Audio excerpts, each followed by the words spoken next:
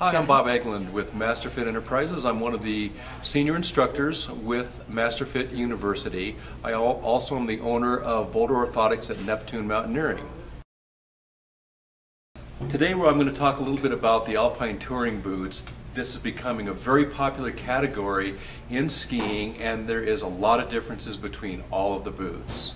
Some of the differences are the new sidecountry boots, where people are primarily riding a lift, jumping out of bounds legally or illegally, and skiing. And then there is the true backcountry skier, which is using climbing skins to climb up and then ski down. The sidecountry category is becoming involved with the major alpine boot manufacturers. This Rossignol boot has the lug sole, which is great for entering the side country, that if you take your boots off, you're not going to be slipping and sliding on a hard traditional alpine sole. This type of boot is going to use a marker Duke style binding.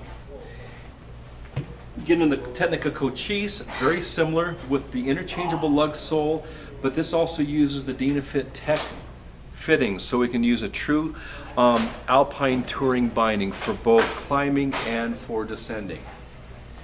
When we get into a true backcountry oriented boot, the differences here are going to be the range of motion with the cuff.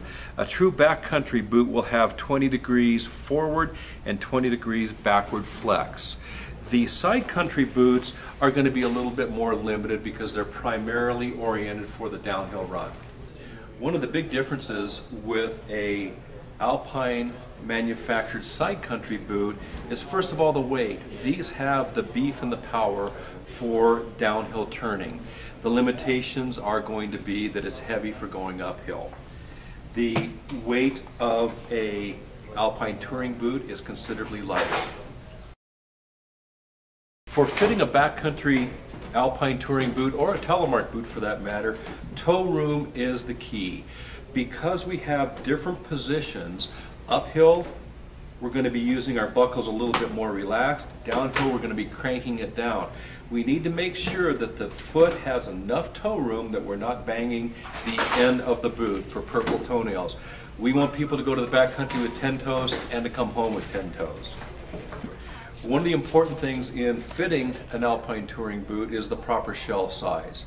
To shell size a boot, we remove the liner, you put on a lightweight ski sock, stand with your toe lightly brushing the front of the boot, and for an average size finger, you want about 1.5 to 2 fingers of room behind the heel and the shell.